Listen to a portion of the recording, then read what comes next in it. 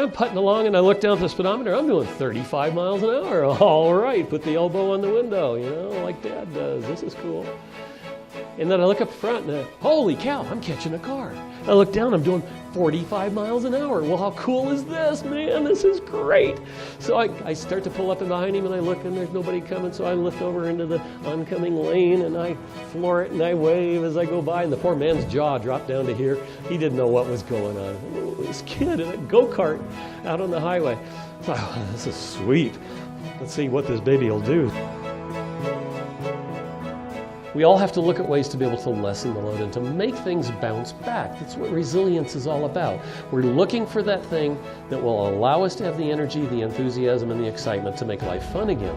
And before her bicep starts to cramp, I'll take it back. So what I'm going to have Lauren do is I'm going to have you hold that, and that's a pump. Just pull it out and push it in. Okay. Now with each pump of that, she's putting air into the ball, right? But let's change it from air, and let's say each of you shout out something that you could give to your team that's been struggling for days and weeks with a problem, and you're wanting to solve the problem. Well, what could you do as a team? Encouragement, very good. Slowly. Say what? Oh, perfect. Brainstorming works, and when it's done properly, right? Where there's no such thing as a bad idea, and it's all put up on the boards, on the walls and stuff, and people can feel good at contributing. What else? Help Lauren out. She's got to pump this thing up. Yes, definitely, because it's not always the problem itself. It could start at the top and be something that you're not doing as an employer. Anything else? How about imagination? Go ahead. And creativity.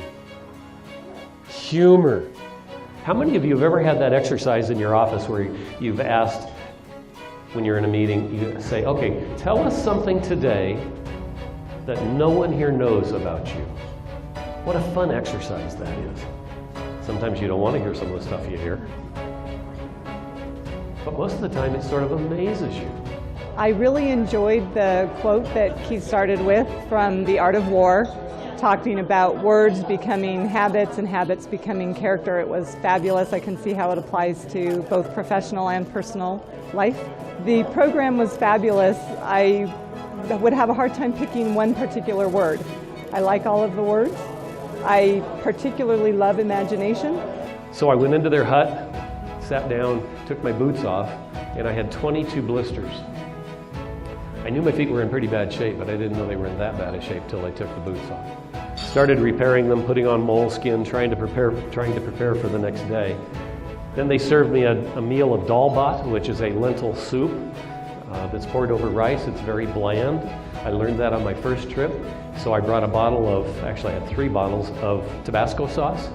And when I opened the first one and put it on my meal, they could instantly smell it in the rarefied air of Nepal, and so they started trying it. Well, they almost emptied the first bottle. When we were all done, I put on my headlamp because the little boy said he'd take me out back where I was going to be able to spend the night. There was a little lean-to that was right directly behind their hut. And as I rounded the lean-to, there lay a 1,200-pound water buffalo. And little boy had spread straw next to it, and he said, "You can sleep here. He's very warm." Well, I think the thing that really struck me was the P for purpose. And what was important in Keith's presentation about purpose was coming up with that life philosophy.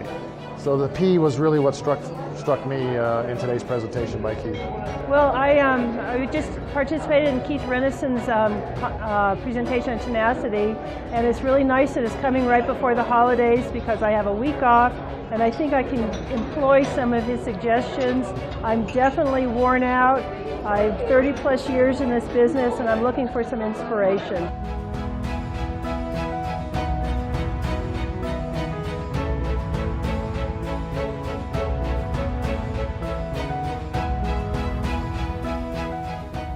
It's been a pleasure speaking to you today. And I'll stick around and chat with you for a while. Thank you for having me.